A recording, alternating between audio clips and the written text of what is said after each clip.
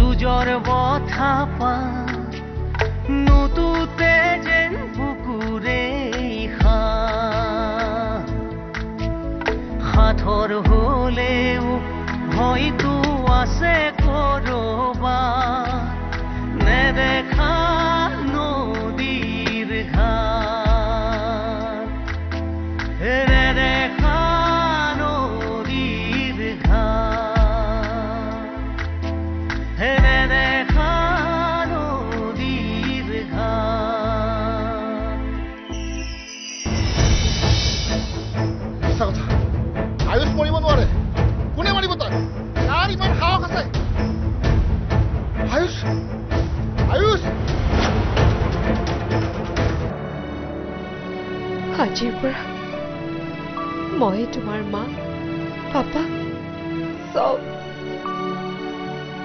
তুমি মোৰ কথাবোৰ শুনিবা দেই শুনিম মোৰ কথা নুশুনিলে পাপাই কিন্তু বৰ বেয়া পাব মই জান দি চেষ্টা কৰিম আৰু কোনোবাই যদি এই কামটো কৰা বুলি গম পাওঁ তাক মই তো আজিৰ পৰা এই কামটো যা ভিতৰলৈ যা তুমি যেতিয়া ইচ্ছা কৰিছা আমি বাৰু এদিন তাইৰ ঘৰত গৈ এই প্ৰস্তাৱটো দি চাম ওলাবা জীৱনৰ কোন কেকুৰিত কি হেৰাল কৰ আশা ক'ত লুকাল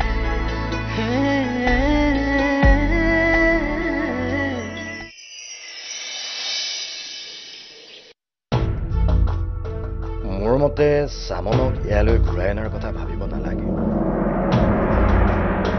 তাইক ইয়ালৈ ঘূৰাই আনিলে আমি তাইৰ স্থিতি বা তাইৰ অধিকাৰৰ পৰা বঞ্চিত কৰা হ'ব কিন্তু তাই তাত একুৰা জুইৰ মাজত থাকিব লাগিব সেই জুইকুৰা তাই পানী হৈ নুমাব লাগিব চা বাইদেউ চামনৰ কথা বাৰু বাদ দিলোঁ কিন্তু বাবুক তাৰ নিজৰ বাপেকৰ ঘৰখনৰ পৰা যদি আমি লৈ আহোঁ তেন্তে সি ডাঙৰ হৈ তাৰ চিনাকি কি বুলি দিব কি বুলি দিব সি তাৰ মাকৰ চিনাকি দিব আজি যিবোৰ কথা সহজ হৈ আছে 20 বছৰৰ পাছত কিন্তু সেইবোৰ কথা সহজ হৈ নাথাকে বাইদেউ এদিন ডাঙৰ হৈ যদি বাবুৱে প্ৰশ্ন কৰে যে তাক তাৰ নিজৰ ঘৰখনৰ পৰা লৈ অহা হ'ল কিয় সেই প্ৰশ্নৰ উত্তৰ তই কি বুলি দিবি প্ৰণৱৰ কথাত যুক্তি আছে এদিন এই প্ৰশ্নটো নিশ্চয় আহিব পাৰে কিন্তু শ্যামনে বাবুক সেইখন ঘৰত ডাঙৰ কৰিব নোৱাৰে শাহু শহুৰকে মিলি তাইক পাগল কৰি পেলাব আয়ুষ জীয়াই থাকোঁতে শাহুৱেকে তাইক কিমান অত্যাচাৰ কৰিছিল এতিয়া বেছিহে কৰিব সেই বুলি কি তেওঁলোকৰ অত্যাচাৰ প্ৰশ্ৰয় দি চামনক তাৰ পৰা পলায়ন কৰিবলৈ দিবি নেকি মাক হিচাপে তই তাইক অত্যাচাৰৰ বিৰুদ্ধে মাত মাতিবলৈ পৰামৰ্শ দিব লাগে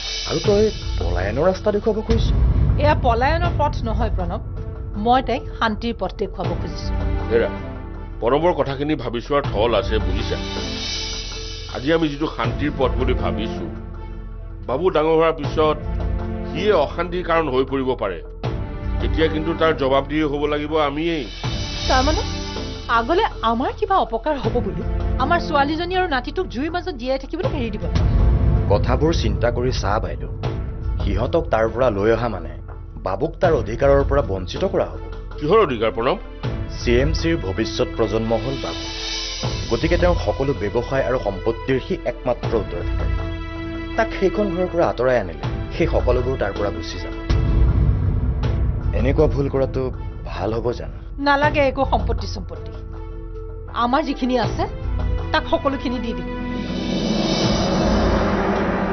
আমাৰতো নেক্সট জেনেৰেশ্যন তাৰ বাদে কোনো নাই মাইনেতো আমাক এৰিলে হেৰা সব কথা বাদ দিয়া আমি কাইলৈকে গৈ শ্যামনৰ শহুৰ শাহুৱেকক কওঁগৈ যে শ্যামন আৰু বাবুক আমি লৈ সিহঁত আমাৰ লগত থাকিব প্ৰপ'জেলটো দিয়াৰ আগতে মই কোৱা কথাখিনি আকৌ এবাৰ ভাবি চাব বাইদেৱে চামনৰ আজিৰ কথা চিন্তা কৰি কৈছে মই তাৰ ভৱিষ্যতৰ কথা ভাবি কৈছো কথাখিনি আকৌ এবাৰ চিন্তা কৰি চাব একো চিন্তা কৰিবলৈ নাই আমাৰ প্ৰপাৰ্টিৰে বাবুৰ ভৱিষ্যতটো ধুনীয়াকৈ চলি যাব মুঠতে কাইলৈ চামনৰ ঘৰলৈ ওলাবা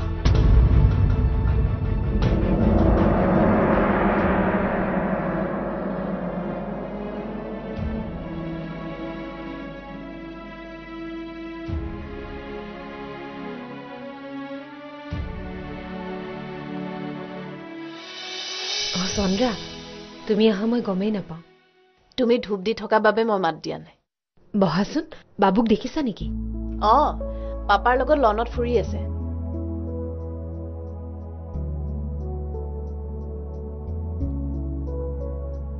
তাৰ পৰীক্ষা পালেহি নহয় পঢ়া শুনাবোৰ চাই দিবলৈ তেনেকৈ সময় হোৱা নাই জানা হ'ব দিয়া এতিয়া তাক ইমান প্ৰেছাৰ দি লাভ নাই ক্লাছ 1ৰ ৰিজাল্টটোৱে তাক একো হেম্পাৰ নকৰে হলেও নম্বৰবিলাক কম পালে মনটো বেয়া লাগিব মাৰ্কছ পাব দিয়া কেতিয়াবা মই তাক টেষ্ট কৰি চাওঁ নহয় ব্ৰেইনটো শাৰ্প জানো কি হৈ গ'ল আৰু তাক লৈ মোৰ বৰ চিন্তা হৈ থাকে জানা বাপেক নোহোৱা ল'ৰা সি যদি ভবামতে নহয়গৈ মই কিন্তু নিজকে কেতিয়াও ক্ষমা কৰিব নোৱাৰিম তেনেকে নাভাবি বাবু বাবুৰ প্ৰতি আমাৰ চবৰে দায়িত্ব আছে তাক ভাল কৰিবই লাগিব তুমি নিশা হাজৰিকাক চিনি পোৱা নহয় নিশাবা পাওঁতো কি হ'ল তেওঁ কালি তেখেত আহিছিল নহয় নিশাবা আহিছিল মই গমেই নাপালো কিমান দেৰি থাকিল এঘণ্টামান মই চাহ খাবৰ কাৰণে ইমান কলো নাখালে কথা পাতিয়ে গুচি গ'ল নিশাবা ইমান দেৰিকৈ দাদাৰ খবৰ ল'ব আহিল যে দাদাৰ লগত যেনেকুৱা টাৰ্মছ আছিল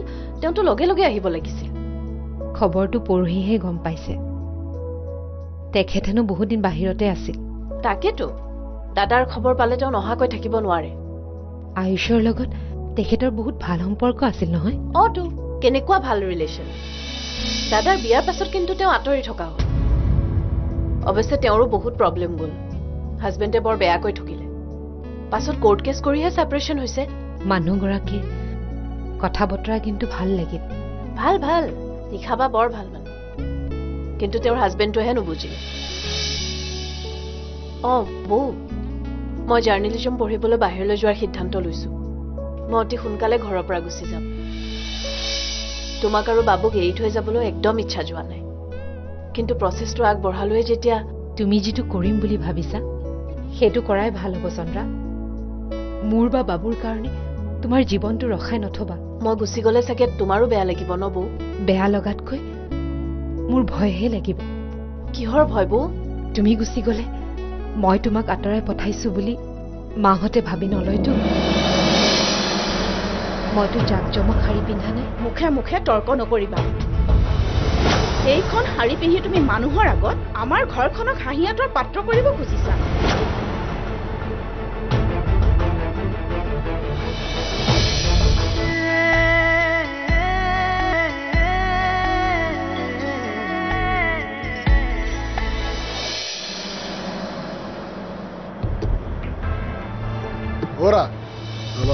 কওক ছাৰ ইয়াত মোৰ এখন গাড়ী আছে জব কাৰ্ডখন আনিছে সেইখন মোৰ তাত নাই এখন এক্সিডেণ্ট হোৱা গাড়ী বনাব দিয়া আছে CMC পুতেক যেন এক্সিডেণ্ট হৈ ঢুকালে সেইখন সেইখন গাড়ীখন যে এক্সিডেণ্ট হ'ল তাৰ ফল্ট কি আছিল গাড়ীখনৰ ব্ৰেক ফেইল হৈছে সেইটো ময়ো জানো কিন্তু কেনেকৈ হ'ল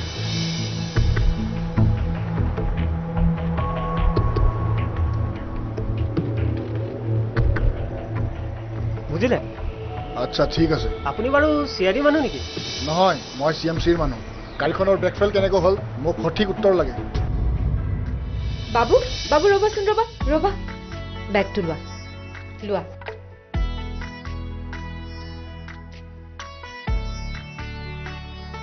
তুমি এনেকৈ ক'লে যোৱা বাবুক স্কুলত থ'ব যাওঁ তাৰ আজি এক্সাম আছে নহয় এনেকৈ ওলালা যে এনেকৈ মানে এইখন শাৰী পিন্ধি তুমি ঘৰৰ বাহিৰলৈ যাবা ঠিকে আছে তোমাক শাৰীখনটো ভাল শাৰীয়েই এইখন শাৰী বিধৱা মানুহে নিপিন্ধে আমাৰ সমাজত বিধৱাই যে ৰঙীন সাজ নিপিন্ধে সেইটো তুমি নাজানা একো নহয় মা শাৰীখনত কালাৰ আছে যদিও একেবাৰে চিম্পল মইতো জাকজমক শাৰী পিন্ধা নাই মুখে মুখে তৰ্ক নকৰিবা এইখন শাৰী পিন্ধি তুমি মানুহৰ আগত আমাৰ ঘৰখনক হাঁহিয়াতৰ পাত্ৰ কৰিব খুজিছা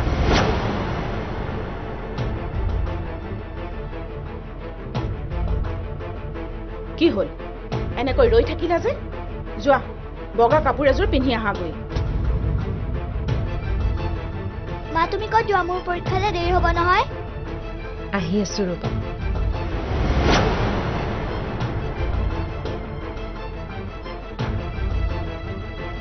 এইবোৰে ঘৰখনৰ মান সন্মান চব শেষ কৰিব মানে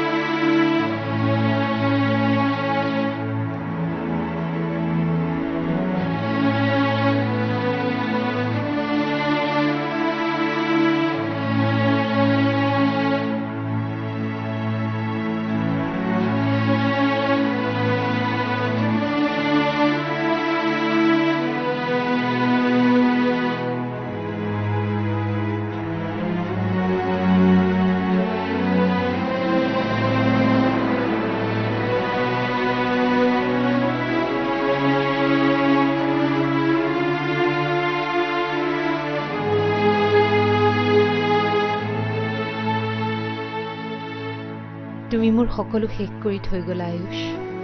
মোৰ আশা, মোৰ সপোনবোৰৰ লগতে মোৰ জীৱনৰ ৰংবোৰো তোমাৰ লগতে গুচি গ'ল। এয়া মোৰ ওপৰত কি শাস্তি বিহিছা তুমি?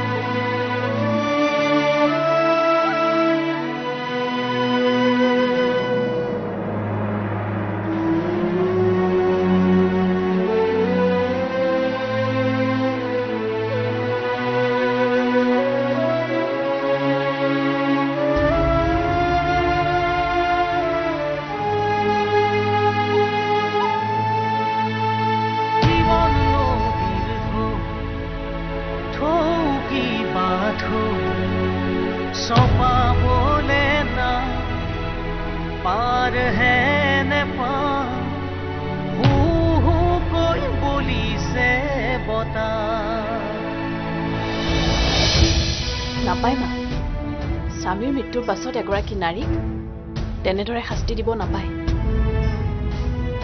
অন্তত আমাৰ ঘৰত আমাৰ বৌক এনেদৰে থাকিবলৈ মই নিদিওঁ।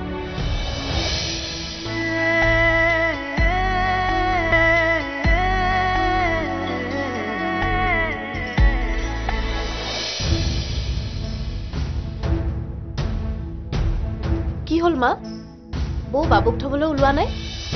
ওলাইছিল ৰংচঙীয়া কাপোৰ এযোৰ পিন্ধি। চাচোন কাণ্ডখন, এইকেইদিনতে তাই নিজকে বিধৱা বুলি পাহৰিলে। মা, আজিকালি দিনতনো কাপোৰ কানি কিবা কথা থাকেনে? এইবোৰ লাগি থকাৰ কথা নহয়, এয়া পৰম্পৰা। স্বামী ঢুকোৱাৰ পাছত পত্নীয়ে বগা সাজ পিন্ধিব লাগে। কিয় পিন্ধিব লাগে? কাৰণ মানুহে তেওঁক বিধৱা বুলি গম পাই পুতৌ দৃষ্টিৰে চাবৰ বাবে। এজনী নাৰীয়ে স্বামী ঢুকোৱাৰ পাছত জীৱনৰ সকলো ৰং এৰি দিব লাগে নহয়? কিন্তু পুৰুষবোৰে পত্নী ঢুকোৱাৰ পাছত পুৰুষে কি ৰঙৰ সাজ পিন্ধে? বগা সাজযোৰ পিন্ধি এগৰাকী বিধৱা মানুহে পতিহাৰা হোৱা বুলি প্ৰতিটো মুহূৰ্ততে মনত পেলাই চকু পানী টুকি থাকিব লাগে নেকি? নাপায় মা, স্বামীৰ মৃত্যুৰ পাছত এগৰাকী নাৰীক তেনেদৰে শাস্তি দিব নাপায়। অন্তত আমাৰ ঘৰত আমাৰ বৌক এনেদৰে থাকিবলৈ মই নিদিওঁ। মোৰ কথা মতে তাই কাপোৰযোৰ সলাবলৈ গৈছে, তই তাক বিধি পথালি নিদিবি। চন্দ্ৰা, আইতা মোৰ স্কুললৈ দেৰি হৈছে।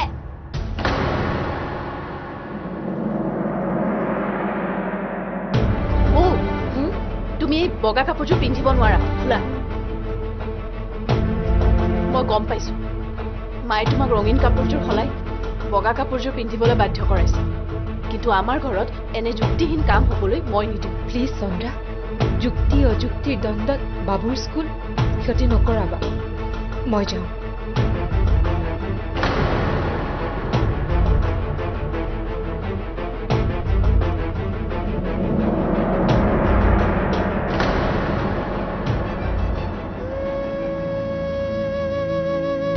আজিৰ পৰা তুমি বগা সাজযোৰ পিন্ধি অনবৰতে নিজক বিধৱা সজাই নাথাকো বুলি মোক কথা দিয়া। বগা সাজ পিন্ধোৱে বা নিপিন্ধোৱে, মইতো বিধৱাই। এয়াই মোৰ বাস্তৱ। বাস্তৱৰ পৰা কাপোৰৰ ৰঙেৰে নিজক লুকুৱাই ৰাখি কি লাভ? মোৰ লগত তৰ্ক নকৰিবা বৌ। তুমি ৰঙীন কাপোৰ পিন্ধিবা নে নিপিন্ধা কোৱা? চন্দ্ৰা, বাবুৰ স্কুল দেৰি হৈছে। গোটেই পৃথিৱী লুটি খাই গ'লেও তুমি মোক কথা নিদিলে মই যাব নিদিওঁ। হ'ব দিয়া, তোমাৰ কথাটোৱে হ'ব। এতিয়া মোক যাবলৈ দিয়া।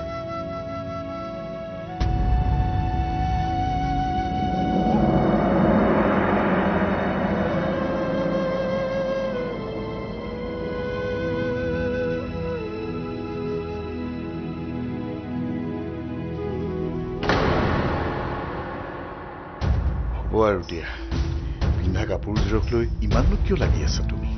তাই যি পিন্ধিছে পিন্ধক দিয়া। কথাটো কাপোৰযোৰত লৈ নহয়, কথাটো নিয়ম আৰু পৰম্পৰাক লৈহে।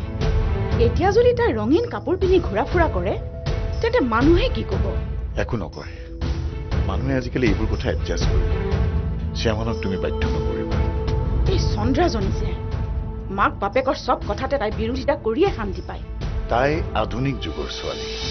তাই নিজে যি কৰে কৰি থাকক, কিন্তু ঘৰৰ বোৱাৰীজনীক এনেকৈ নীতি নিয়ম নামানিবৰ বাবে উচতাব নালাগে নহয়। এই কথাটো যদি চন্দ্ৰাৰ ক্ষেত্ৰত হ'লহেঁতেন তেতিয়া তুমি বাৰু নীতি নিয়ম এনেকে খামোচ মাৰি ধৰি থাকিলাহেঁতেন নে? আমাৰ চন্দ্ৰাও যদি বিয়াৰ পিছত বিধৱা হয় তেন্তে তাইৰ গাত বগা সাজযোৰ দেখি তুমি সহ্য কৰিব পাৰিবানে? এনেকুৱা অমংগলীয়া কথা নকবহে। চেমনৰ ক্ষেত্ৰতো কথাটো একে বুলি ভাবাচোন। তাই যদি সদায় বগা সাজযোৰ পিন্ধি থাকে তেন্তে আমাৰ ল'ৰাটো যে ঢুকাল এই কথাটো আমাৰ প্ৰতি মুহূৰ্ততে মনত পৰি নাথাকিবনে? গতিকে তুমি অন্ততঃ শ্যামনৰ কাপোৰ কানিক লৈ ইমান কঠোৰ হৈ নাথাকিবা। তাই যি মন কৰে পিন্ধক দিয়া। পিন্ধক, যি পিন্ধে পিন্ধি থাকক। নীতি নিয়ম বুলিতো কথা নাই। পাছত মানুহে কিবা ক'লে মোক নুদুখিব, কৈ থলো কিন্তু।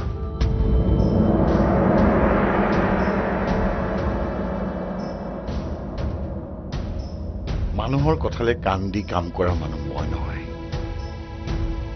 লোকৰ কথা শুনি কাম কৰা হলে মই জীৱনত ইমানখিনি কৰিবই নোৱাৰিলোহেঁতেন। জীবন নদীর থৌকি বাঁধো সোপা বলে না পার হ্যাঁ নে পা হু হু কই বলি সে বতা আহারে পানসো গোয়া সে গো নই মুখী বা জুজর বথা পাত নুতুতে যেন বুকুরে হাথর হলেও হয়তো আছে করবা নেদেখা নদীর ঘাট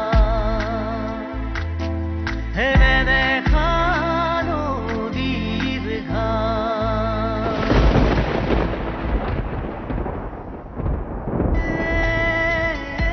Anmol Smiley,